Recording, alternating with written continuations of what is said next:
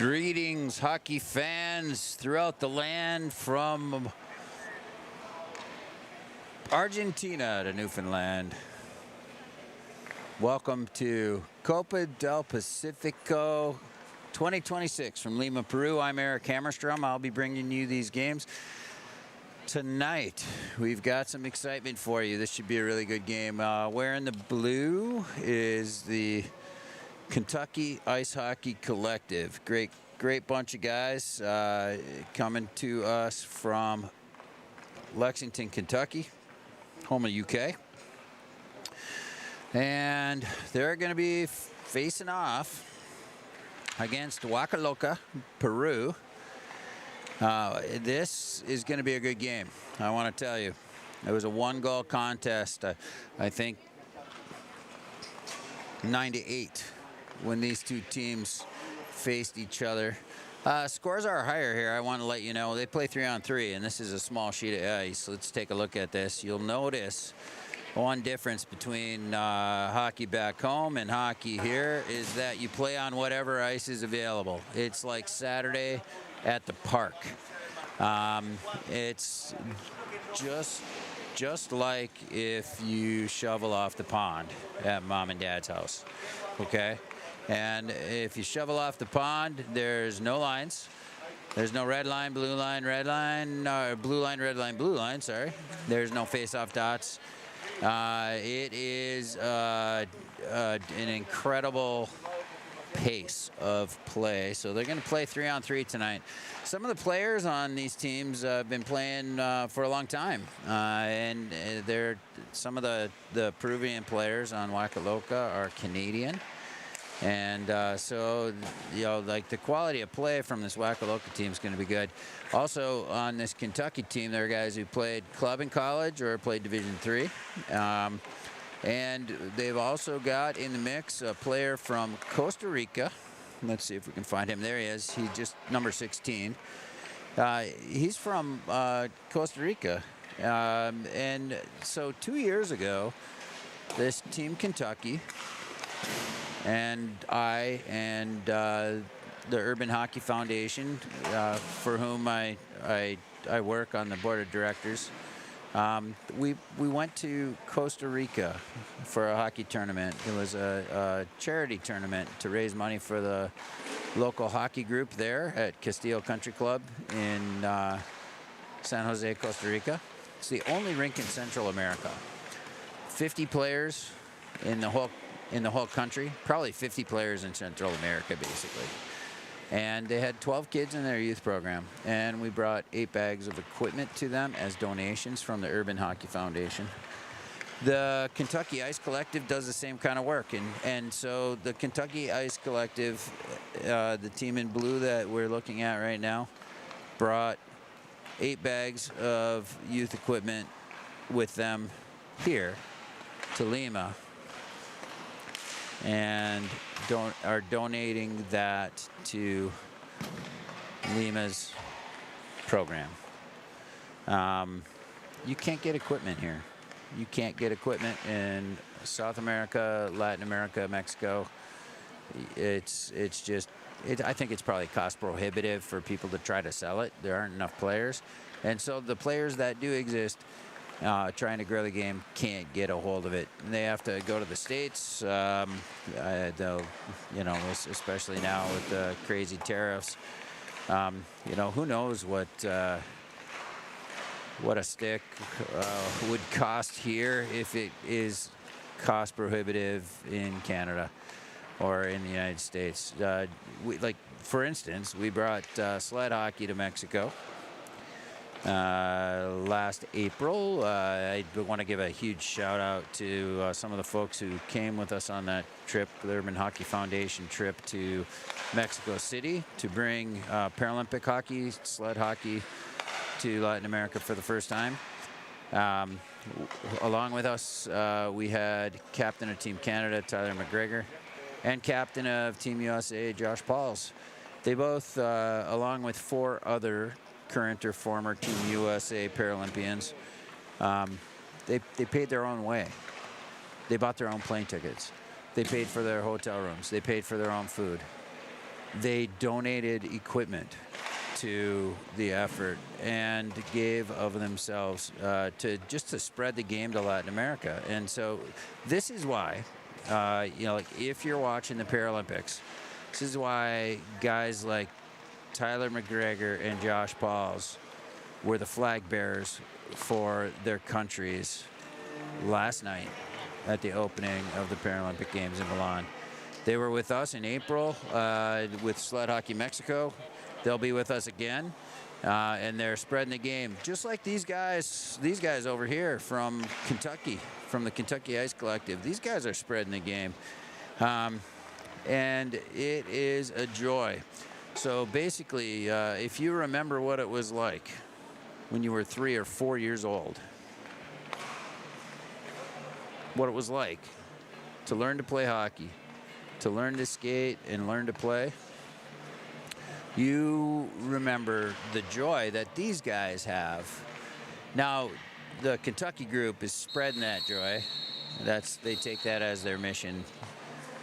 You'll notice across the back of their jerseys, instead of a last name, it says "Grow the Game." Super special folks. We got some shout outs that we'll be sharing from them throughout the game.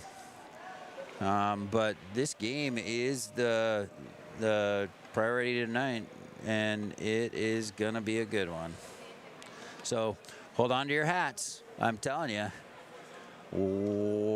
Waka Loka and Kentucky Ice Collective. Waka Loka and Kentucky Ice Collective coming up.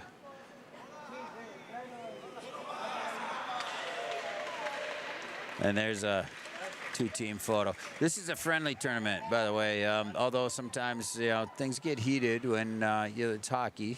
It's hockey, so sometimes things get heated. But the whole purpose of this game is this whole tournament is to help grow the game here. So the teams from other nations, the players from other nations, have come here to share their knowledge and their expertise, and to make this a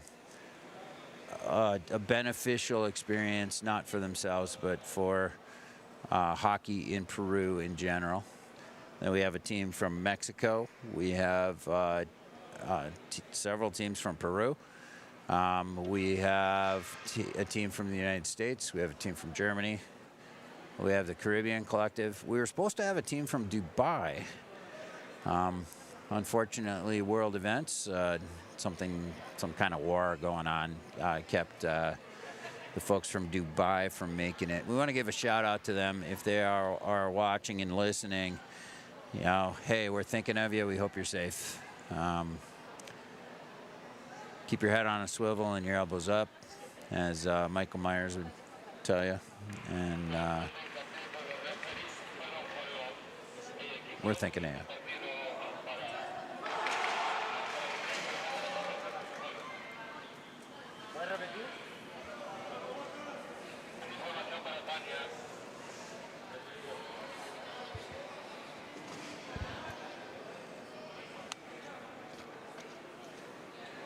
It's been a long day for me. I started out this morning at 9 o'clock here with some games early in the day. This is mainly a figure skating facility, so throughout the middle of the day, there's high-level figure skaters training, and so they were kind enough to give us ice in the morning hours and in the evening hours, and which is why I'm bringing you this game now at 9:36 p.m. Eastern Time. It's not so that we are in prime time in LA, just so you know.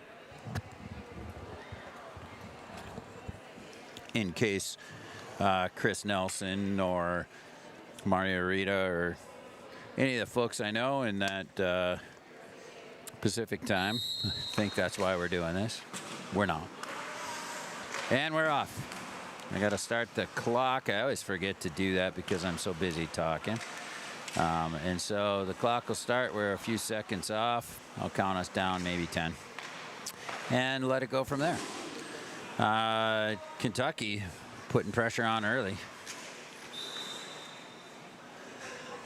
One thing I want to point out, we have 2 halves in this game, 2 18-minute halves, which is pretty common in men's league hockey. One thing that's different here, though, is that there's no offsides, there's no icing.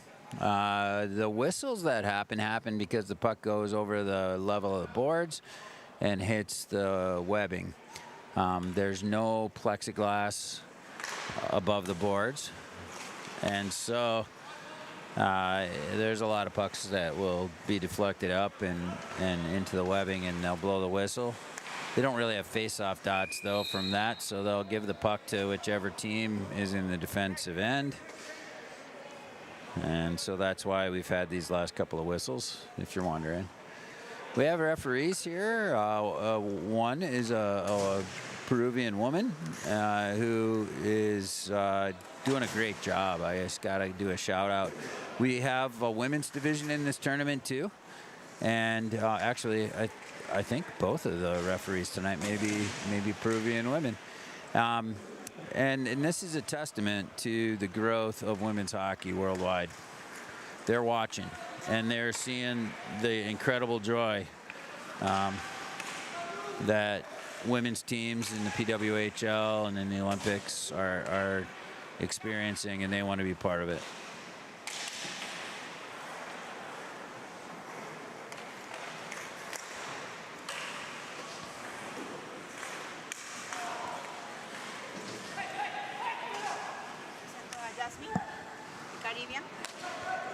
I've got a guest. Oh, and that was, I missed that one, but upper corner shot. Oh my goodness, from about the blue line. And that's going to give Waka Loco a lead, a 1-0 lead. And you'll notice they don't stop. They just keep going. So it's 1-0. I'm going to fix that on the scoreboard. Waka Loca up 1-0. Now from the Caribbean community team. Jasmine, nice to meet you, Jasmine. You as well. Tell me how you are involved and how you wound up here at the tournament. Well, I just got to run everything Caribbean community, and Jonathan had hit me up through our Instagram DMs, kind of giving us the rundown, and I was just kind of like, girls, we just kind of have to do this, and the ones who were able to committed. Oh, that's awesome. And I see you're wearing an Ice Hockey in Harlem toque. Yes, I'm actually from Queens, New York, and JJ, the president alum, and Malik Garvin, I've known since I was about 12, so it kind of comes around. Oh my gosh, I am so glad to meet you and so glad that you're here. Okay, so Xanabu and I, I have a hard time saying her name, but she's originally African. She's had 3 kids play ice hockey in Harlem. Zainabu? Maybe by face. Okay. All right. She and I did a wonderful play-by-play and commentary when ice hockey in Harlem was in Buffalo last year. The Sabres brought them to Buffalo, and that was really fun. So I went and I did this. I streamed that experience for them. It is 1-0 right now. Waka Loca. I'm sorry. I keep saying loco, which I know is not good. It's only befitting. Yeah, but they are kind of loco. They are a wild bunch, that team. They're really good. So where do your players come from on the Caribbean community team? A lot of our players come from the United States and Canada, where their heritage comes from either their parents or their grandparents from their respective countries. Okay. And how many players do you have in your group? That from what I brought here or in general? Well, both. Let's go with both. We brought 9 players to Peru, and then we have about 128 youth kids ranging from U12 to U18 And then off the top of my head, I can't think of any numbers on the adult side, but we have 2 men's teams and 2 women's teams. My goodness, that's fantastic. Yeah. Good for you. Now, where your heritage is which part of the Caribbean? Yo soy Boricua y Colombiana.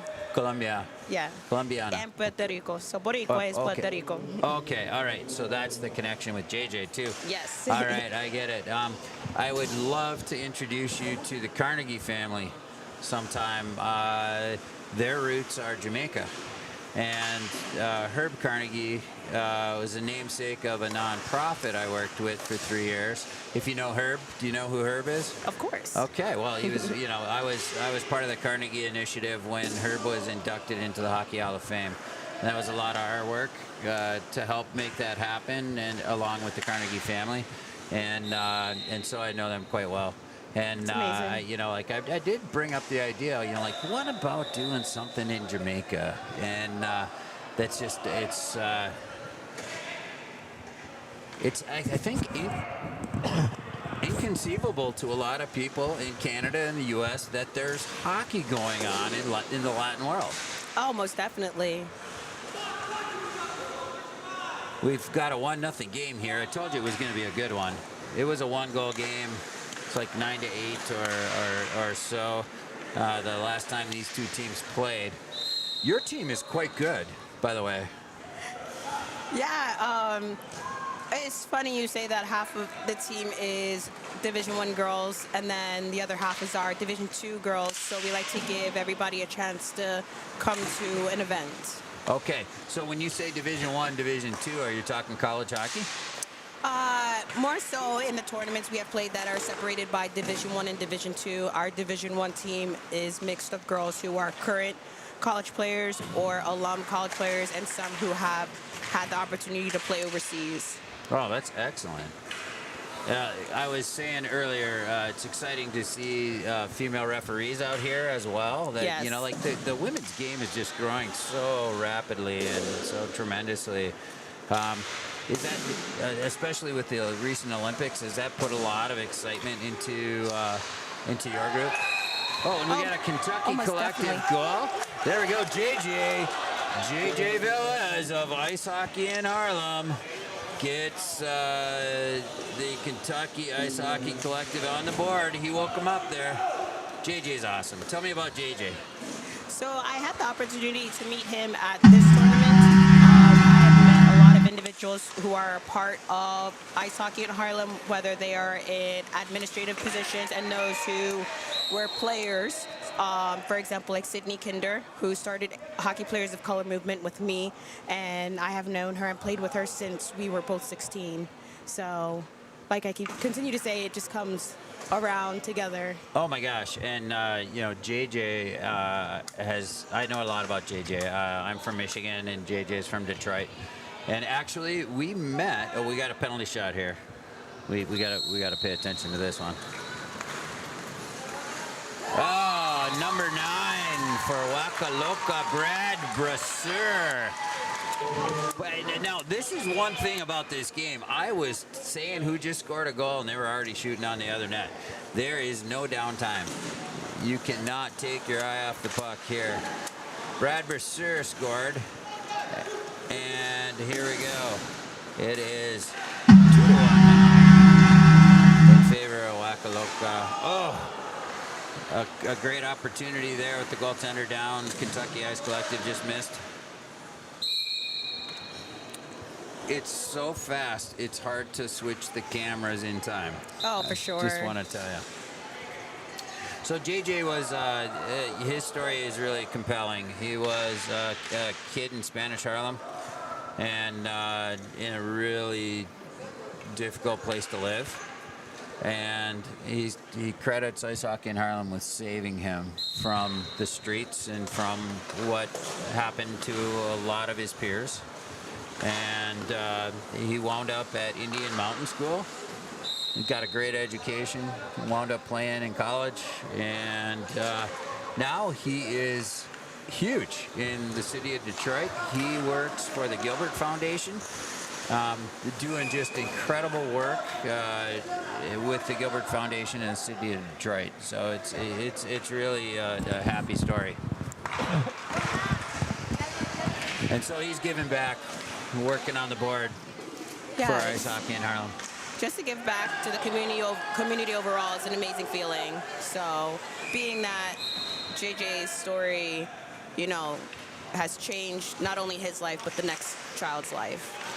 And so you're kind of doing the same thing? Yeah.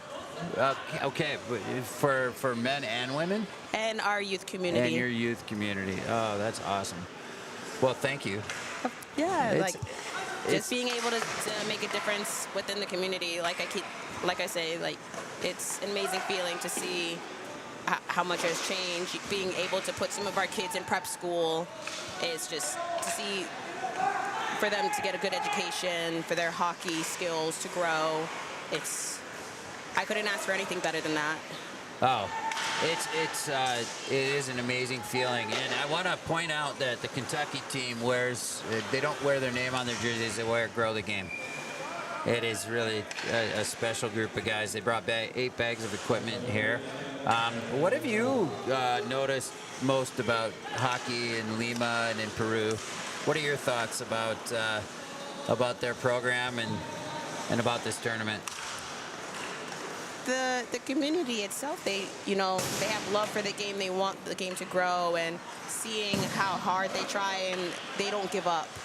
You know, they are willing to take any help that they can. Even when we played against AllPacas A, where the goalie, her pads just kept slipping around, and our goalie went out of her way to come down and help her, where, she didn't have to do that, but we want to help. It was that was a beautiful moment, actually. That was my favorite moment of the tournament. Yeah. I was a goaltender, and I was watching from up here, and it was like, she needs to fix her straps. She needs to fix her pads. She's really struggling, and but I was up here. There wasn't anything I could do, and then your goaltender called timeout. Yeah. And skated down to the other end of the ice, and not only helped her fix her pads, but coached her a little and consoled her and said, "You're doing great," and she really was doing great. She's only been playing for 2 years. The AllPacas goalie has only been playing this game for 2 years, and she's got some potential. Oh, for sure. And many of these girls do. I spoke to some of them after our game, after the handshake, and I told them, hey, I understand, it may be expensive to come to the States, but if it is possible, I would love to host you guys and do some training on the ice and see what we can do, because just seeing how much they love the game, how can you say no? We've got a penalty shot coming up here. This is number 6 for Kentucky Ice Collective. Looks like number 6. No, number 8. That's Matt Menegoto. Not able to find an opening on the goaltender, the Wakaloko goaltender. He is Sammy Hokema.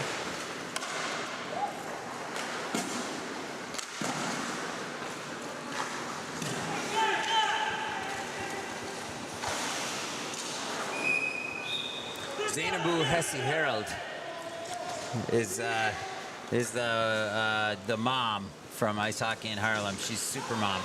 I'd love to hear that. I mean, seriously, this game is all about that too. It's like the ability of parents to try to help kids make it, and there are a lot of barriers, an awful lot of barriers. We think of, before you take into account ethnicity or race in a very white hockey world, you've got the money issue that is is horrible. The facilities, access to facilities is difficult. The distance. Even if you're white, upper middle class male, there's obstacles to you being able to play this game. And I think what's fantastic is that these folks in Peru are overcoming those obstacles. JJ and folks in Harlem, like Malik, are overcoming those obstacles. They love the game that much. Yeah. They don't have it easy. It's not like there's a outdoor rink in every park. Right. Like in Minnesota, or, oh, you got a goal. This time, number 8, Matt Menegoto finds the net for Kentucky. And so, you know, when you compound, when you add in all of the potential obstacles, there's a lot of barriers to being able to play this game. For sure.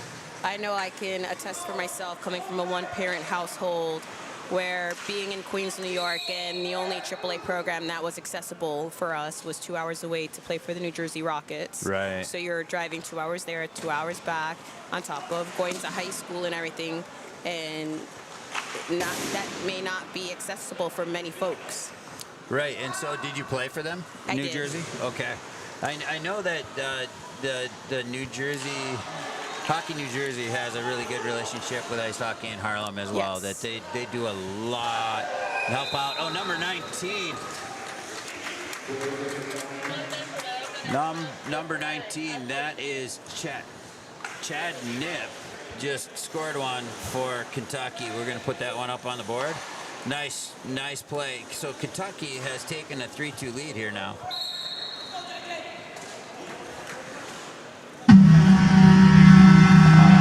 I'm pretty sure it's a 3-2 lead. Okay. The manual scoreboard, it's manually operated, and they have as much trouble as I do with the speed of this game, keeping up. It's a really big scoreboard, so I get it. Yeah. Oh, we got a goaltender down. We got a player down behind the net. Chaos is ensuing here. Oh, I think he's pulled something.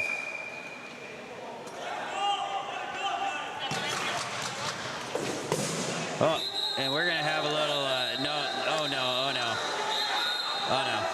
We don't like to see this.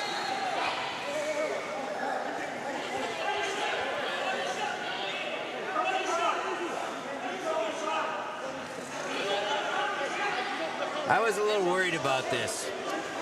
The testosterone in the air is pretty high. Yeah, you know, there is a great deal of machismo going on.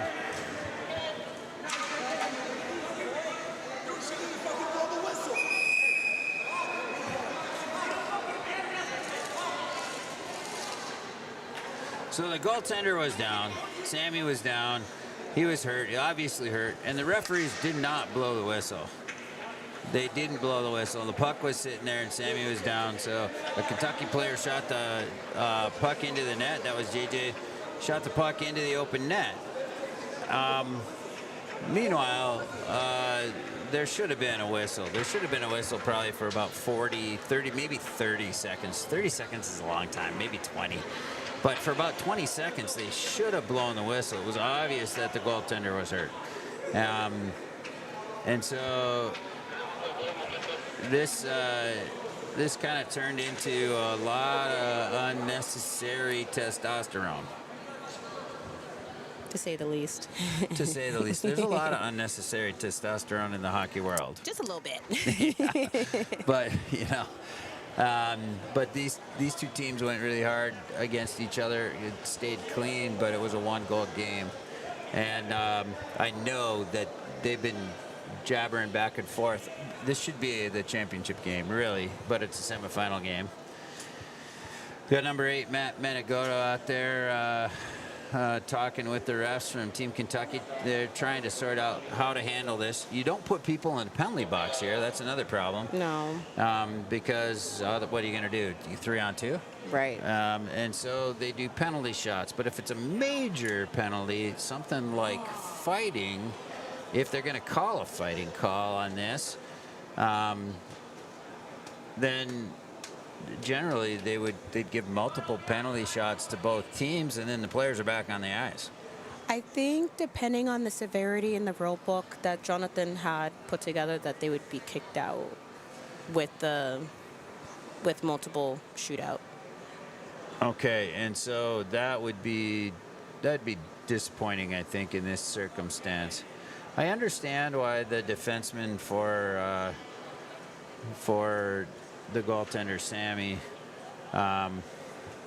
came out and let JJ know, you don't shoot at my goalie like that.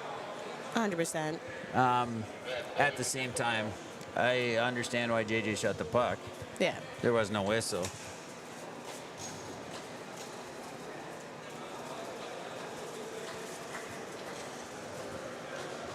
Presume positive intentions, Jasmine. Oh, yeah. A lot of coulda, woulda, shouldas. Oh yeah, but you know, like as a goaltender, you gotta love defensemen who As a defenseman, most definitely. protects you. Yes, you gotta love that. You know, and you know, I could tell that you know he tweaked something. For sure, he's not doing too good. Yeah, it's that Sammy Hokema, the goaltender, there, and he's trying to stretch. And you know, meanwhile, he's going to have to face penalty shots.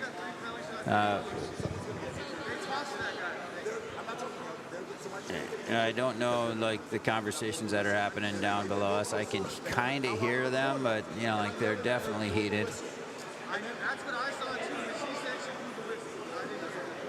I am not recording this. It's only streaming live, so I can't go do a replay, which is okay. But like I can barely keep, you know, like the clock and the scorer right. You know, nonetheless, run replay here. But you folks at home, you on YouTube can just back up and watch the whole thing happen again. And you can I think on AllPacas Peru, there's even a place to comment. So keep your comments kind. Be kind and respectful. Kind and respectful. The internet lasts forever. Don't say something you'll regret. I take screenshots. Yeah, everybody does. That's the thing is like people think, oh, I can delete that. Yeah, it's never gone. It's on a server somewhere in Iceland. Right. I still remember when the internet came out when I was a kid, and my mom always said, be careful what you put out there because it's never going to go away. It's never going to go away. Those server farms in Iceland.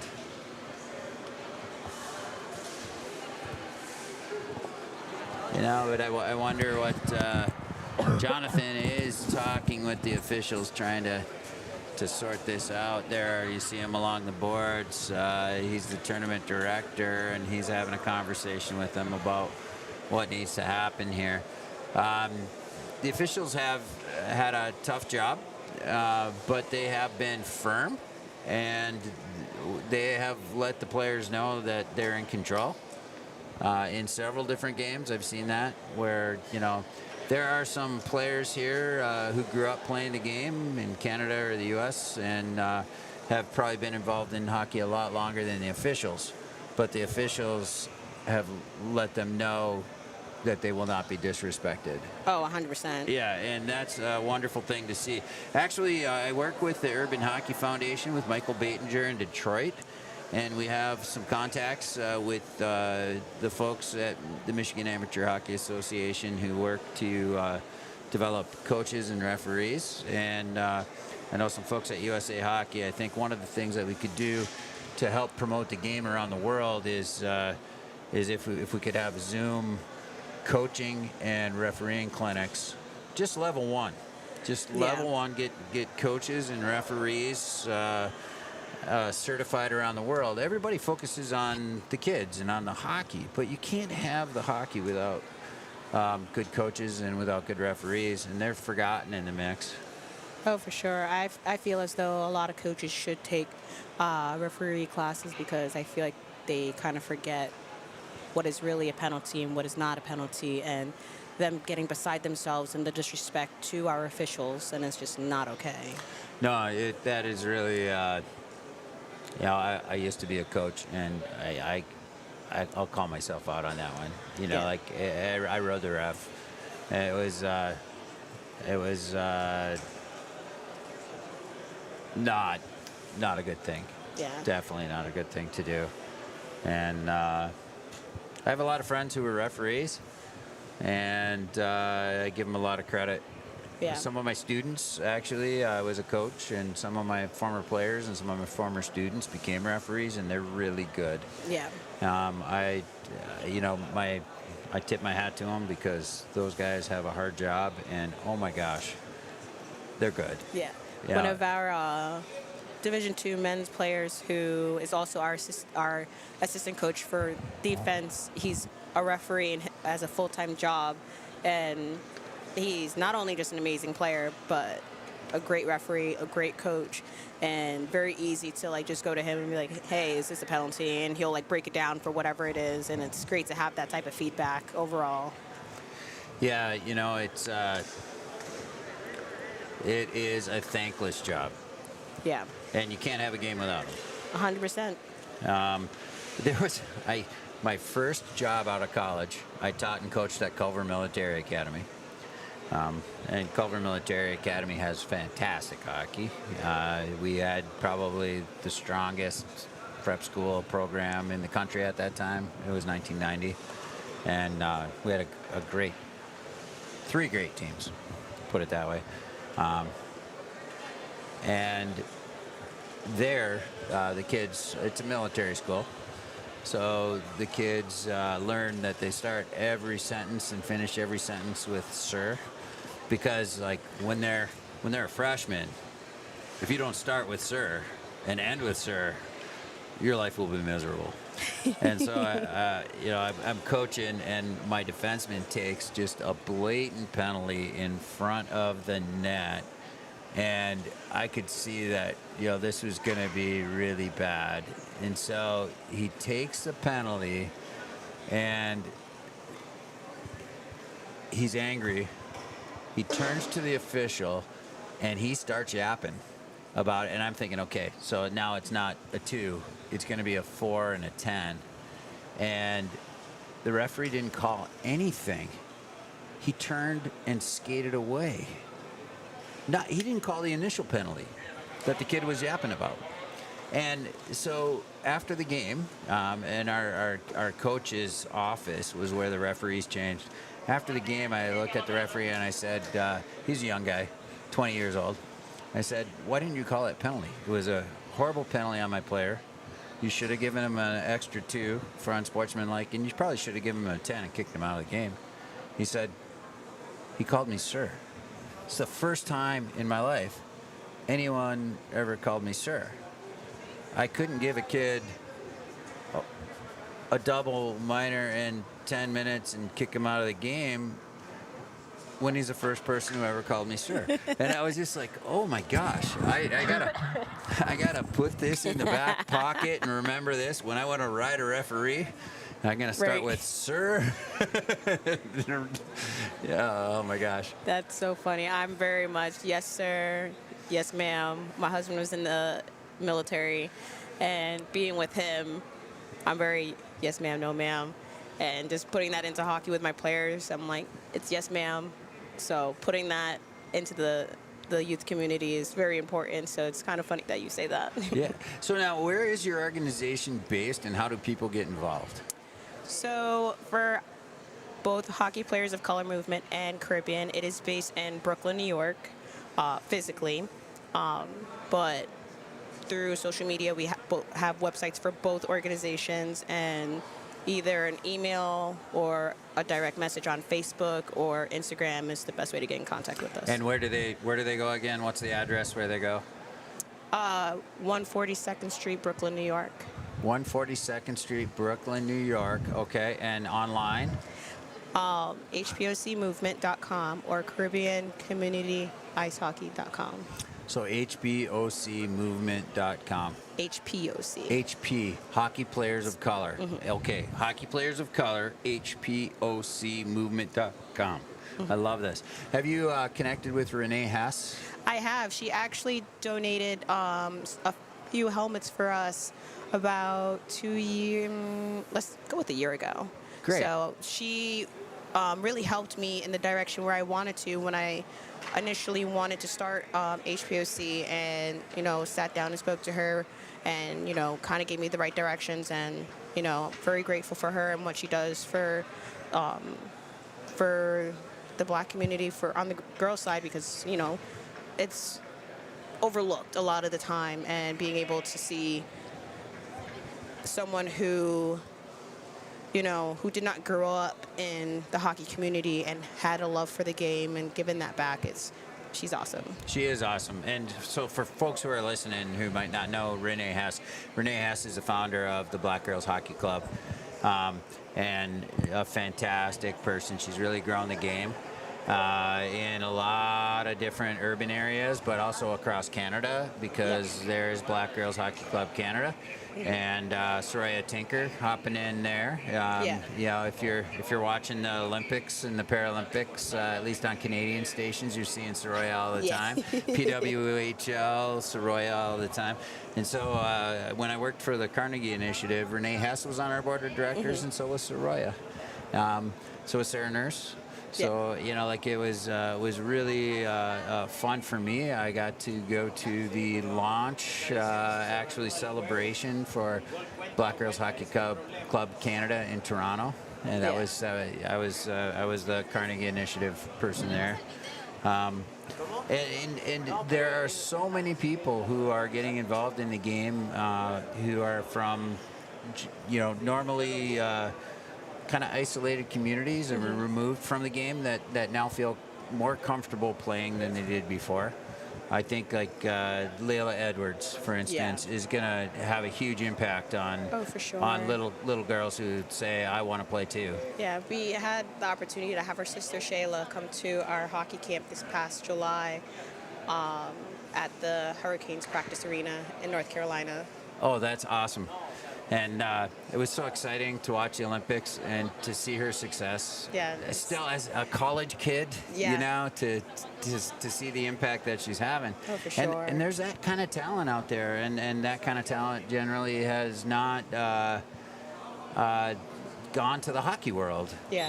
It's like I think the game can get so much stronger the more people become involved.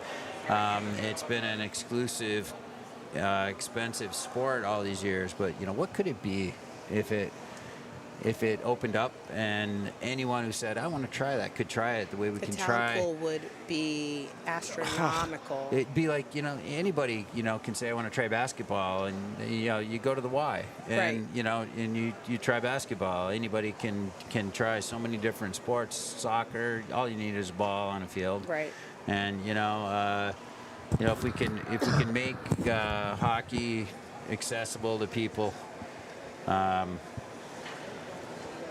that's why there are equipment donations here at this tournament, and that's why even in Kentucky, the Kentucky Ice Hockey Collective started because it was an out of the way place that was kind of forgotten by the hockey world.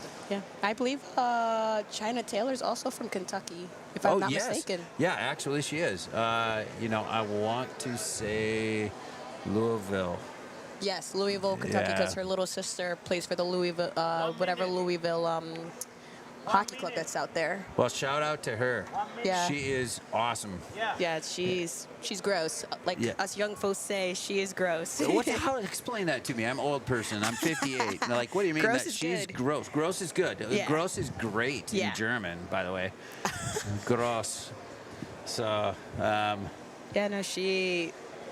I look forward to see China excel and be up there with Layla, and that would be another historical event to happen when that day comes. That would be, and we can't forget players. There have been women of color on the Canadian teams in the past. Oh, for sure.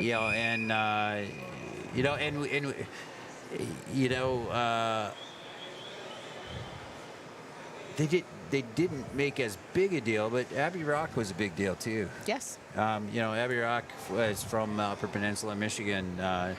Not far from my hometown of Marquette, Michigan. She's from Sault Ste. Marie, and that was a big deal for a Native American woman to make the national team and play in the Olympics. It's a massive deal. Yeah, huge deal.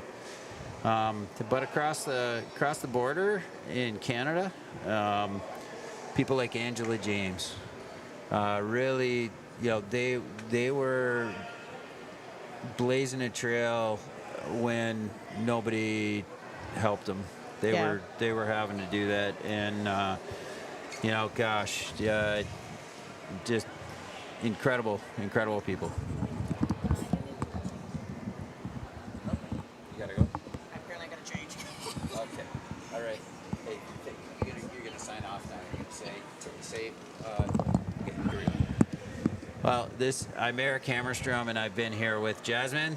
Jasmine, your last name? Miley Paul. Miley Paul. How do you spell that? Miley-Paul. I haven't legally taken my husband's last name yet, so I'm waiting to do that. What will your last name be when you legally do that? Just Paul. Just Paul. Okay, so Jasmine Miley, Miley, hyphen Paul.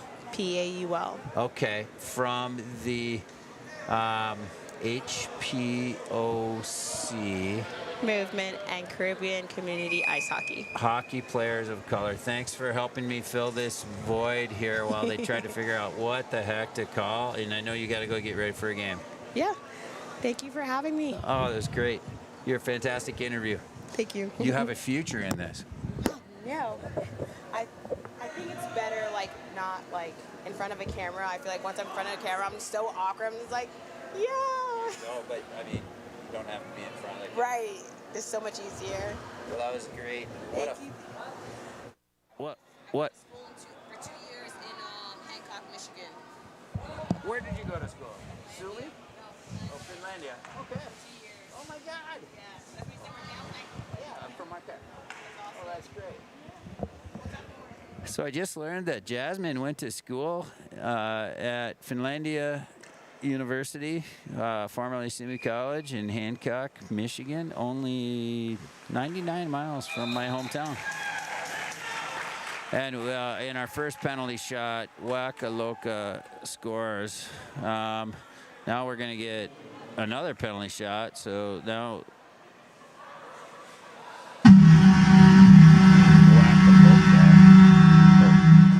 I got it. 3-3 now is what the score I have. I'm going to double check that with people. Is it 3-2 or 3-3? 3-3. Yeah, it's 3-3. Yeah, it is 3-3. And now Kentucky's getting another penalty shot here.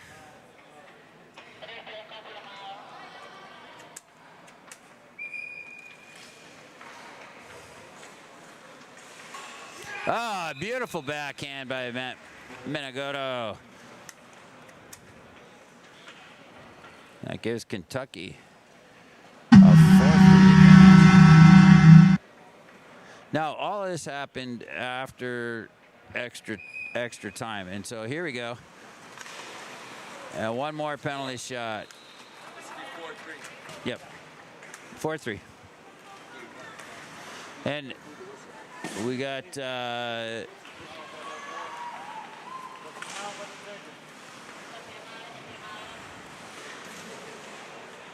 we've got a 4-3 game now. Is this the second half? Is my question. I think we've started the second half because we were out of first halftime. But I'm not sure if they started the clock before they started the penalty shots here in the second half. So I'm going to adjust that on the clock here. Let's go to the second half. And I got another guest. This is going to be great. I'm going to leave the clock at 0, though, because I don't know. I think this is now the second half of this game. And I am joined by another member of the Caribbean community team. Joining me, you are? I'm Kim. Kim, what's your last name? Ramtran. Pardon? Ramtran. Ramtran. Yeah. Well, that's a great name. So, where are you from, and how did you become involved with the Caribbean community team and wind up here in Lima, Peru? So I'm from a little suburb outside of Toronto. Oh. It's called Brampton. Brampton? Yeah. I know Brampton. Oh, you do? There's a very famous hockey player from Brampton. Yeah. I wonder what few. was his name? Oh. There's a few.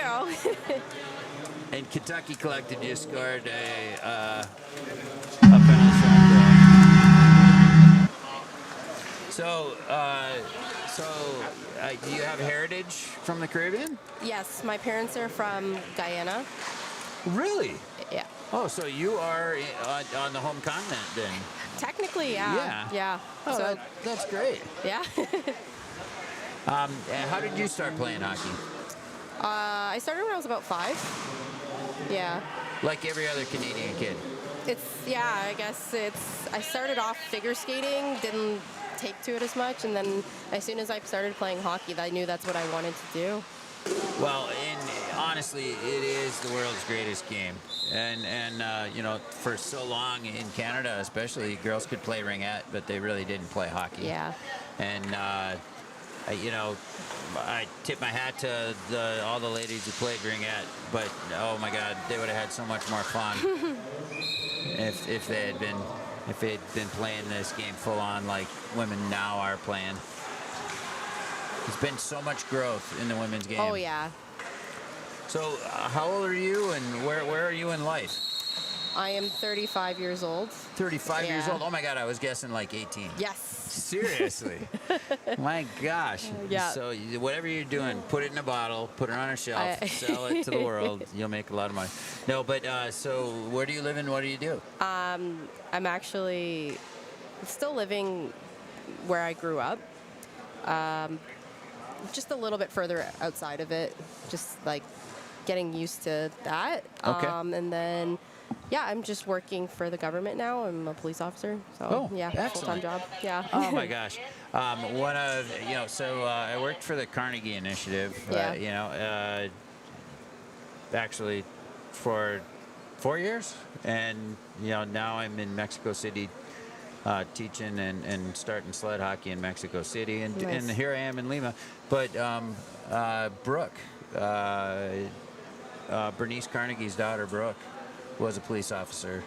Okay. She was one of the first female police officers Oh, in cool. Ontario, and that was really cool. I got to know them quite well, the Carnegie family, and I love Toronto. I got to spend a lot of time there. Yeah. Yeah, it's a great hockey town. Yeah, there's definitely a growth that I've seen in the past couple of years, for sure. The PWHL's expanded throughout Canada and the U.S., which is great. Just like in coaching, I see more opportunities for girls now, camps, tournaments, everything. Development's huge. Yeah, it's not we have a girls team. We have girls teams now. Yes. And Yes. and they're competitive. We got another penalty shot coming for Kentucky. I'm not quite sure what's happened for Wakaloka with all the penalties.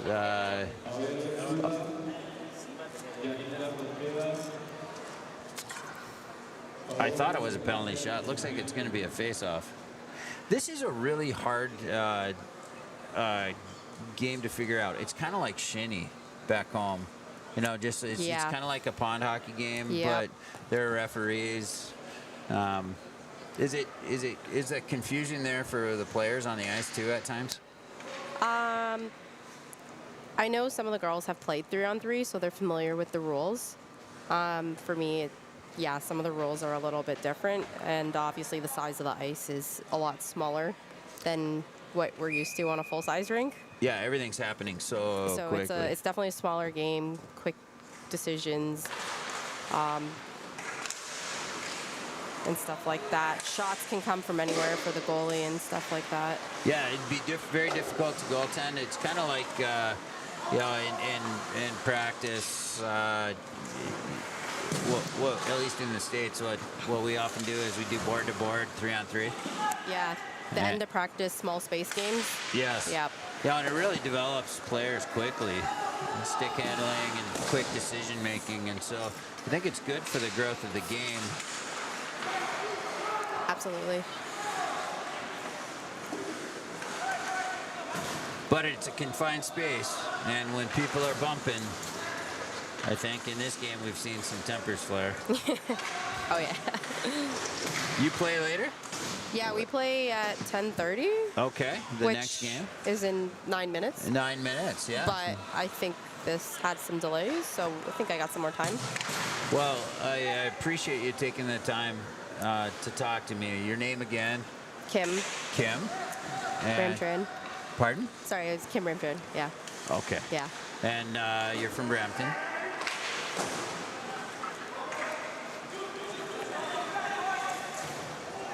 Are you coaching? I was coaching a little bit more a couple of years ago, but had to scale back a little bit with Okay. other things going on. Life so happens. yeah, it's a full-time job in its own. So Oh, yeah, had like great kudos to the coaches out there because they put a lot of effort into players and time and effort, and a lot of it's volunteering. Yeah, it is. And even if you have a paid coaching job, you know, like if you do the math, it winds up like $10 a day. So Yeah. lots of bus time, lots of weekends gone, and often thankless.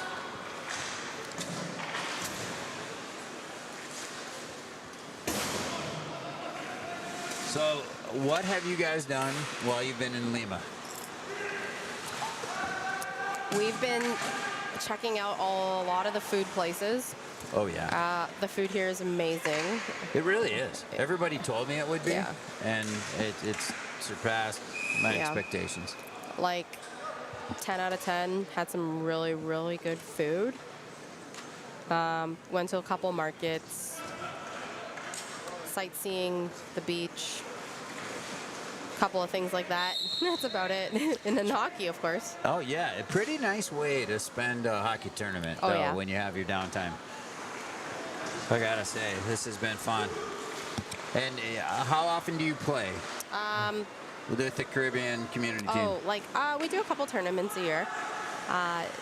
Depends on what I can do and what I can't do with schedules and stuff. Right. And So- Wakaloka just picked a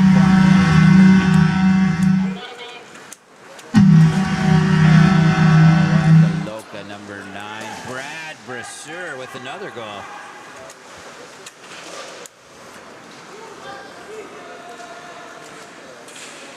And so 2 tournaments a year? Yeah, I joined last year. Last year I did 3. Yeah, I did 3 last year, and then this is one for this year. I'm hoping I can do another one, but I don't know for sure yet. Well, it's fantastic Yeah. that you're here.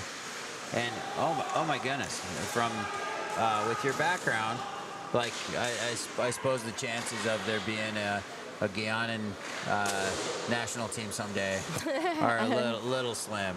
So Caribbean collection is Exactly. community. Yeah. Is Yeah, not many girls.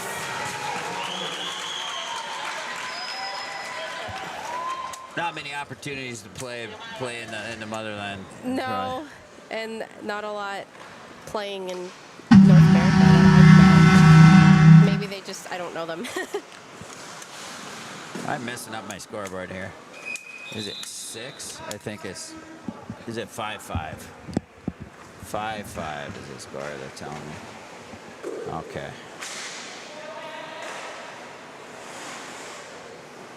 I grew up in Upper Michigan, and we played out of Sault Ste. Marie, out of the Sioux Major League in the Steel City there. And so we played, let's see, our league was Thunder Bay, Timmins, Oh, yeah. Kirkland Lake, Elliott Lake, for a time Blind River, North Bay, Oh, yeah. Sudbury, and Sault Ste. Marie had 4 teams in the league. And so Sault Ste. Marie, U.S. Sault Ste. Marie, the American Sioux had a team as well. Nice. So we're not quite Canada, if you want to think about it that A way. lot of Canadian teams, though, it sounds like you played. Oh yeah, and that was where we played most of our. It was great. Not sure what's going on here right now. We had a player down and no call. There's just a lot of chirping going on, and a lot of hits. All right. I honestly did not see him touch him. I saw the hack. Did you see the hack? I did. Okay. All right. So there was a hack.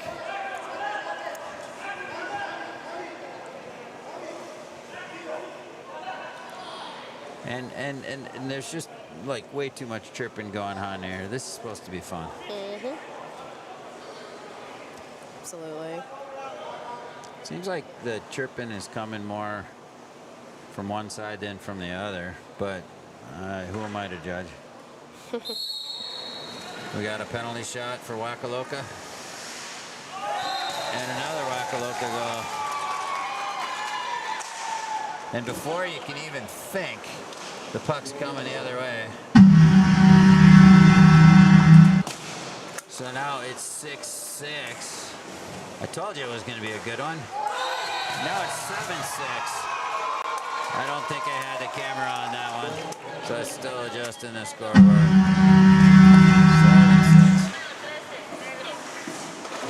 7-6. Don't take your eye off of the puck on this size ice. Ooh, nice save. Did he stop that? Mm-hmm. It's in his glove. Oh my gosh. Great save. That was a heck of a save by Wakaloka goaltender Sammy Hokema.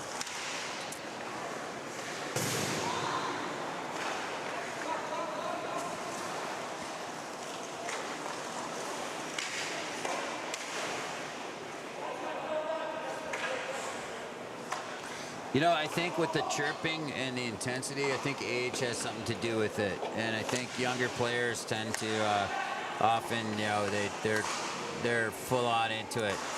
They don't turn off the intensity.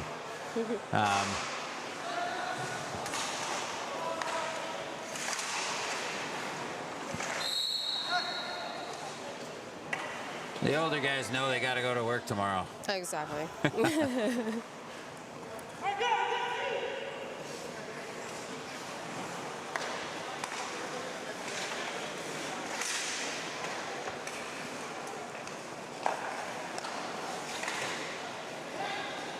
Sammy's playing really well here.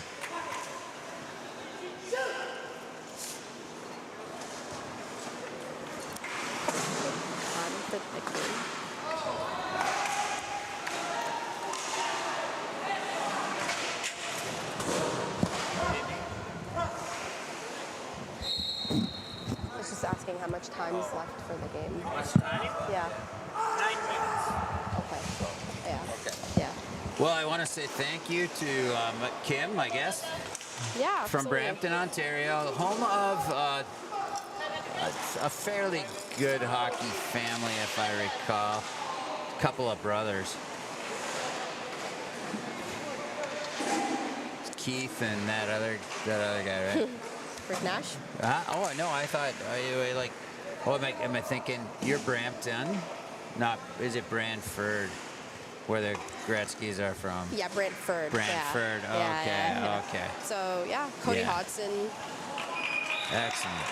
But, well, because we had the Brampton battalions and Oh, stuff okay. growing. A couple of those guys. Yeah. All Well, right. Kim, enjoy. Have a good luck Thank you. in your game tonight. Thank you. Appreciate it. Oh boy.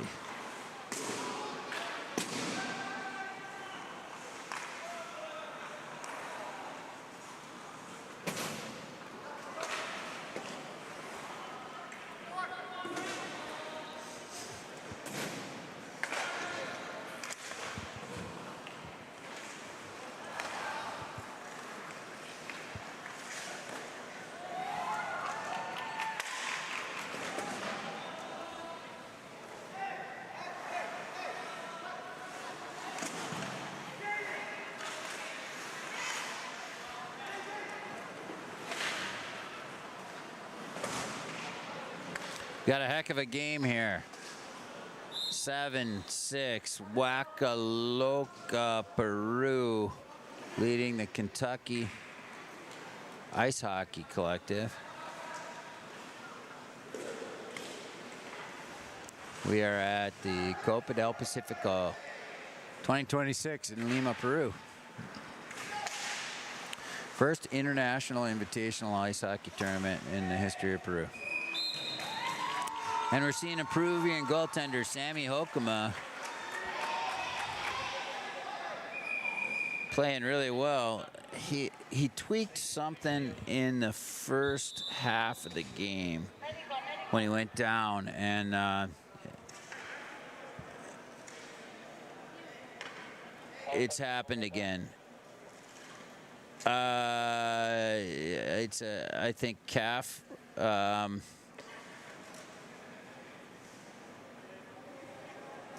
The way he's reacting, I'm wondering Achilles perhaps. I mean, seriously. But he definitely tweaked something in the first half, and again now has re-injured, or maybe it's a different injury. But you know, definitely he made a really nice save and was splaying. He's definitely in pain. He's kicking his left leg while they're working on his right. And so I'm thinking that Sammy probably is not going to be able to continue. I don't know if they have a spare goaltender. Hate to watch and just watch this. I want to talk about Lima, Peru a little bit. This is the first international invitational tournament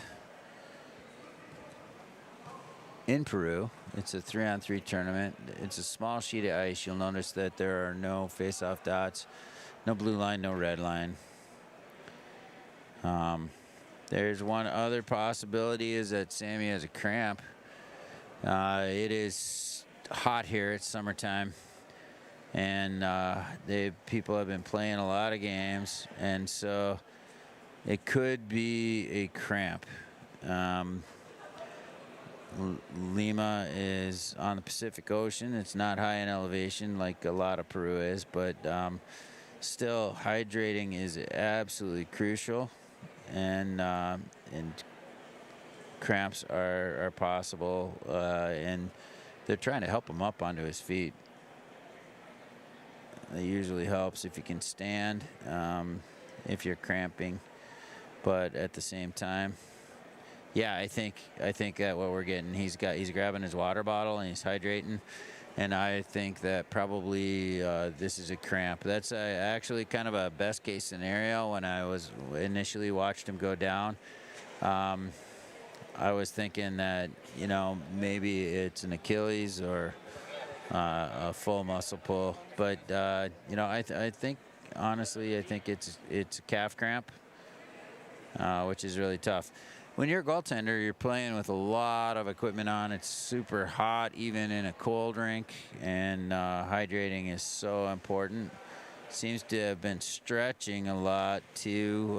To maybe he was feeling the cramps coming on and stretching, and so Kentucky actually they have two goaltenders on the team, and you know, I would anticipate that right now they're talking about the possibility of loaning a goaltender.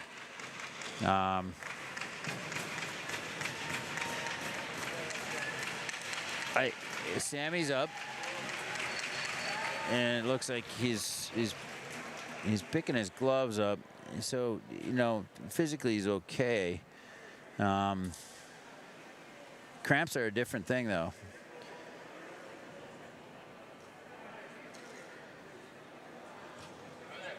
And so we'll see. Hopefully Sammy will be able to continue. We have a great game going on here. Wakaloka 7, Kentucky Ice Hockey Collection 6. It's been a heated game, and it's a 1-goal game again. So these two teams met in pool play earlier in the tournament, and it was a 1-goal game, 1-goal difference. They're over time. Honestly, it's now 10:36. This game should have ended by now. There was a game, a women's contest scheduled for 10:30, but with the there was a kerfuffle, let's say, There was a kerfuffle in the first half, and the referees had to sort it out. A couple of players were ejected. And then the penalty shots that ensued slowed things down. And then now we've had injury time with Sammy Hokema, who has been playing great. He's made 3 or 4 incredible saves that have kept his team in the lead.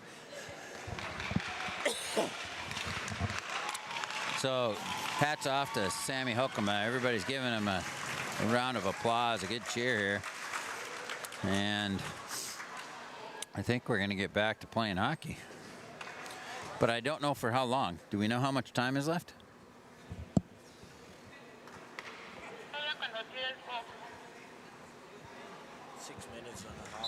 So they've got 6 minutes, I guess, that they're going to let them play for 6 more minutes. They've stopped, I think, the clock for both the injury and for the kerfuffle and penalty shots.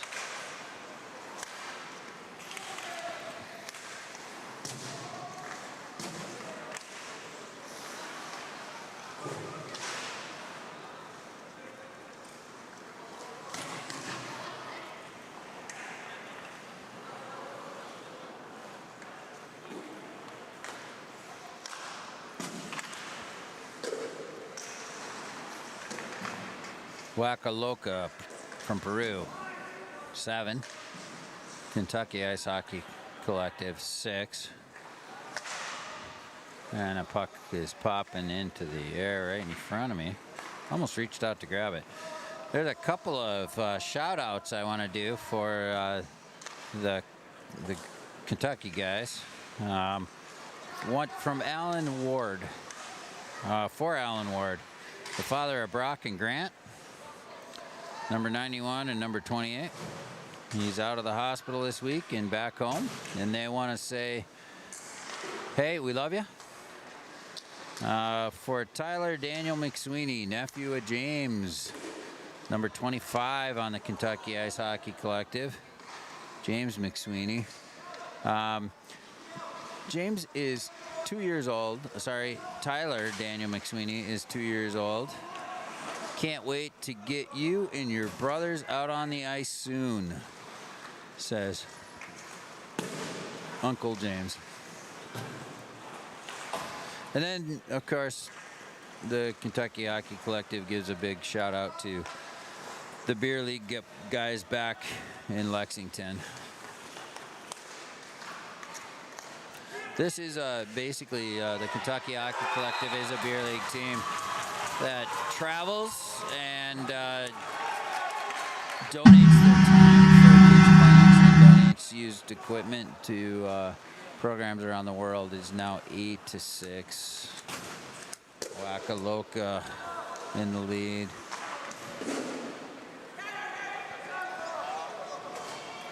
It was a 1-goal game between these two teams earlier in the tournament, and it's been a heated battle here today.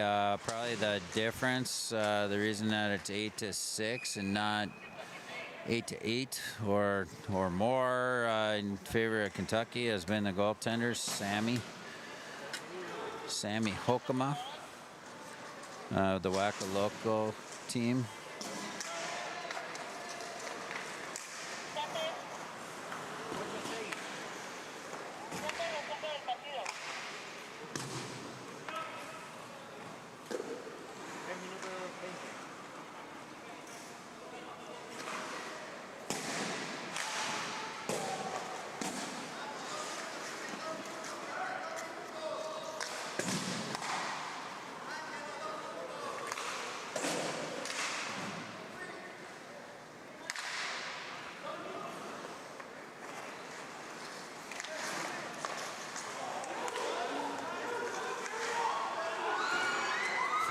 Waka had that back door wide open.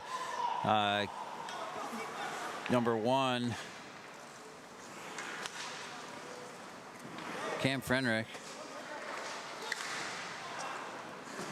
He's listed as number 30 on the program, but that That's not wearing number 30 right now. He sprawled, and the puck went wide. You'll notice that there are no lines on the ice, no face-off dots. There's no glass around the boards, but it's a hockey game. Any ice, anywhere, anytime. And these Kentucky guys are down here helping things get off the ground for hockey in Lima, Peru. They brought 8 bags of equipment donations with them.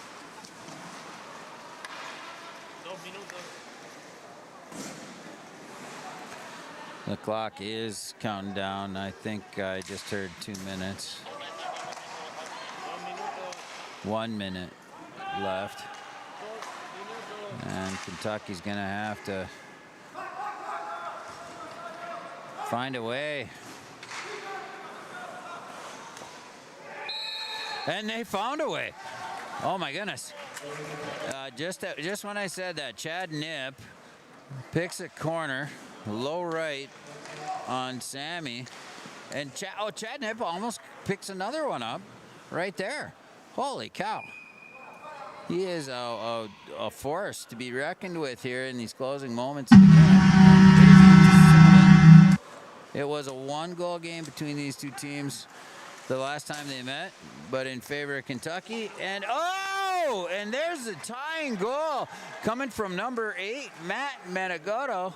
Unbelievable, unbelievable, unbelievable. If I say it 3 times, like Beetlejuice shows up, right? So, holy cow, we have an 8-8 game. What a barn burner. And I put that goal up on for the wrong team. I got to take one down from Wakaloka.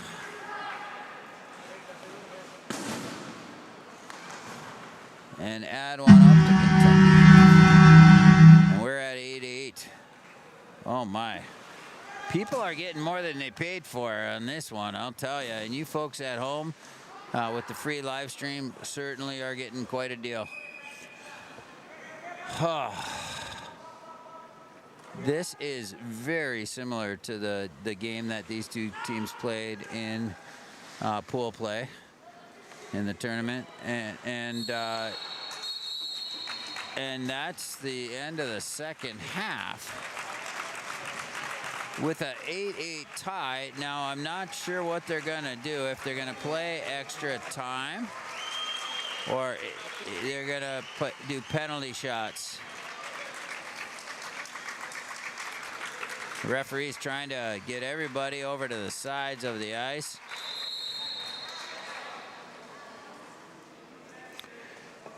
I believe it's going to come down to penalty shots here. They're explaining things and how it's going to work. It is 8-8. This is a semifinal match, and there was discussion between players that this should really be the championship game right here of this tournament. And so this is a very intense semifinal.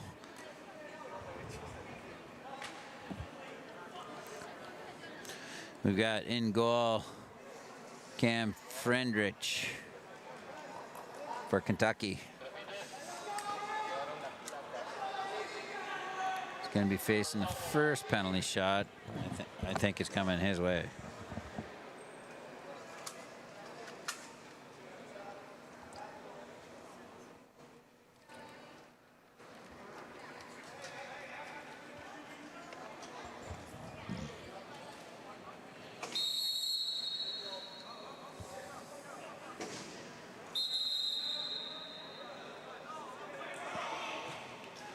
A little confusion about who's supposed to be taking the first penalty shot. Can't take a penalty shot without a goalie in the net, and Sammy Hokema is not in goal yet. So there he goes. He's heading to the goal. He had a cramp that was really quite bad. Then this is something that is really tough on a goaltender in really hot conditions, playing multiple games in a day, and the goaltenders on this smaller rink never get a break. And we've got the first save of the shootout made by Cam Friendrich. Now we've got number 3 for Kentucky Ice Hockey Collective, Dave Mills. He's coming in on Sammy Hokema. Mills shoots it wide right. Nothing after one round of penalty shots. I'm not sure how many penalty shots each team is gonna get, or if it's a sudden death situation. So coming against Friendrich, we got number 9. That's Brad Brasseur. He's been scoring goals tonight. So getting one of your best out on the ice if you are Wakalooka. There's a lot of John going on down there. There's chirping.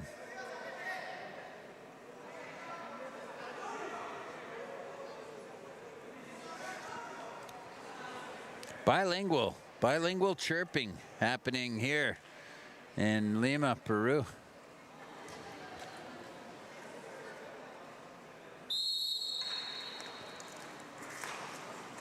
Number 91, Max DuPont.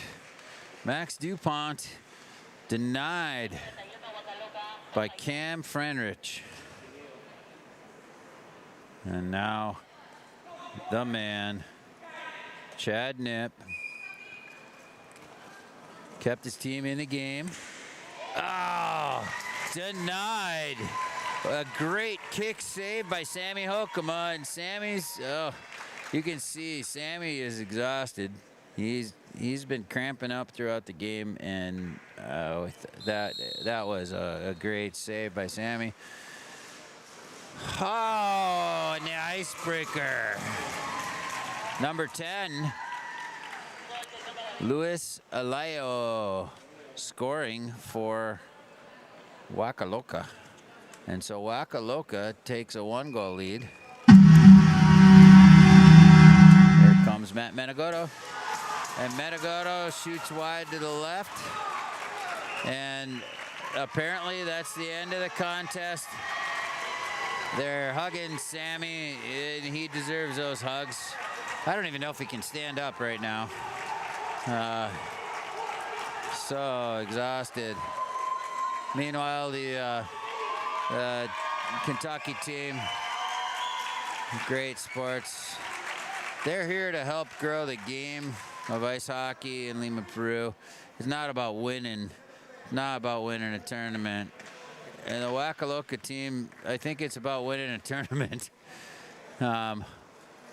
Honestly, they're pretty excited to beat this Kentucky team, especially on Peruvian ice. So, tip of the hat to them. Little intense for an old men's game. And just don't want anyone to forget that the whole point is to grow the game of hockey in Lima, Peru. Nobody's here to win a tournament. It's to grow a game. The passion is something that is totally apparent here among the Wakalooka Peruvian team. And yeah, it's easy for that passion to turn into heated play. And so the final, Wakalooka 10, Kentucky Ice Hockey Collective 8.